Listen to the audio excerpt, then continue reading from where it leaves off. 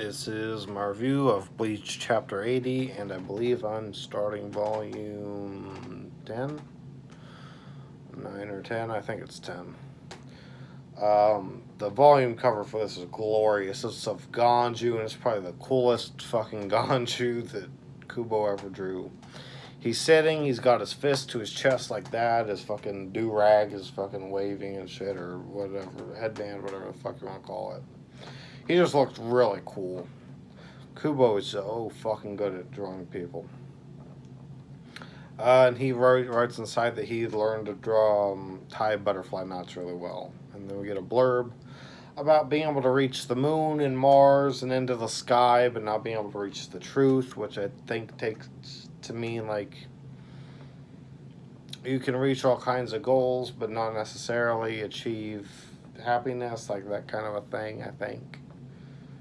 The truth, he says truth. Truth would be like a metaphorical, what's beyond your goal? What are you trying to accomplish by reaching your goal, you know? Most of the time you would try to reach a goal to be happy. So the metaphor here would be you reach your goal, but you're not happy. That's how I take it.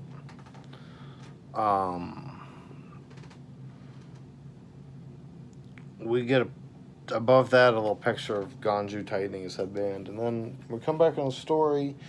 Ichigo confirms what Kukaku said, that what she says is what he's gonna do, and she has her servant go and do something, and then we see that they're both up there and they're rotating this lever device, and it's opening the ceiling above them, and the ground they're on is starting to raise up, and everything's moving. And Kukaku tries to introduce her flower crane cannon, but Ganju cuts her off, and so she kicks him in the head. The chapter cover is of Chad wearing sunglasses. It looked fine. It was like really close on his face, so there's not a lot to expand upon beyond that. Uryu protests to the idea of being shot out of a cannon, and then Kukaku throws a ball and hits him in the face. And then Ichigo catches it, and she says it's a Reishu Kakua spirit core. Or Reishu Kakua, I guess, would be what it's called, and that translates to spirit core. She says that he can fill it with his power by just concentrating it into his hands. He doesn't understand how to use it, and Kukaku likens it to using Kido, and then Yoruichi has to tell her that Ichigo doesn't know how to perform Kido, and so now she wants Ganju to demonstrate to Ichigo how to do it. But Ichigo won't give Ganju the ball, and he says that he won't be taught by the likes of Ganju. And then they get into another spat, and Kukaku hits them both.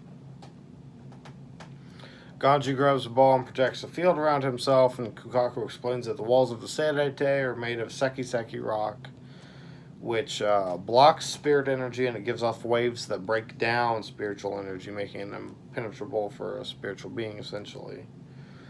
The waves form a sphere, so if anything flies into them, they would be destroyed by making contact with it. But with this ball, it would kind of cancel out. It'll destroy the sphere that they create, and the sphere would then open a hole in the walls as they kind of blast each other, and then they'd be able to get through. Ganju's starting to fatigue from maintaining the sphere, and Kukaku warns them that it will be really hard. So to learn to do this, so she sends her two guys to train them. Kukaku warns them that if they lose focus while trying to create the orb, then they will explode. Kukaku wants Ganju to help them as well, but he protests and says he doesn't want to help a Shinigami. He mentions her older brother, and then Kukaku tells him not to speak of that again. And she also tells him not to let anyone see him looking sad, because he looks sad at this point. Ganju runs off, and we cut to Renji throwing on his insignia, saying this is the first time he's wore it. Another guy confirms that it's also the first time he's worn his. We are introduced to him as Tetsuzaimon Iba, the captain of Squad 7, And we are also introduced to Momo Hinamori, the captain or the vice captain of Squad 2. They're both vice captains. Everyone here is a vice captain. This is a vice captain meeting. And that makes Momo Hinamori Aizen's vice captain. And now we meet Rangiku Matsumoto. She's the vice captain of Squad 10. She complains about not being able to contact her captain, and it's revealed that he is named Hitsugaya. Tetsuzaimon makes a remark about him to Renji. Inamori asks Renji if he's seen Aizen, and Renji denies it, and then she cries and says that Aizen's been acting strange but won't speak to her. Renji wonders what's been going on with Aizen because of, obviously, his encounter with him.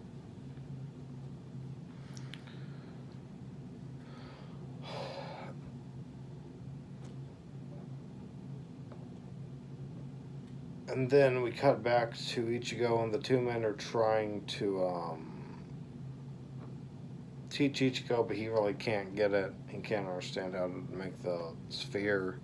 And then we cut to Kukaku Shiba, and she apologizes to her dead brother for helping a Shinigami, but it's revealed that he was also Shinigami.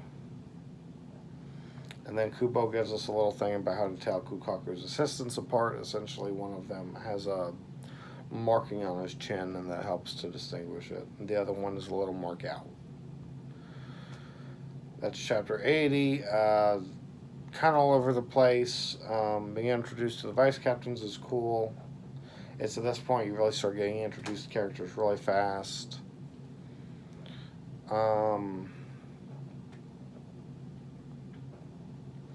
Yeah, it's mostly just a... Well, I guess it wasn't even a training session. Yeah, the next episode's the training session. This one's more so just a build into that. It was a fine chapter. Not a lot to say about it. Just more of the Ichigo Ganju stuff. And it's kind of funny and it kind of gets old.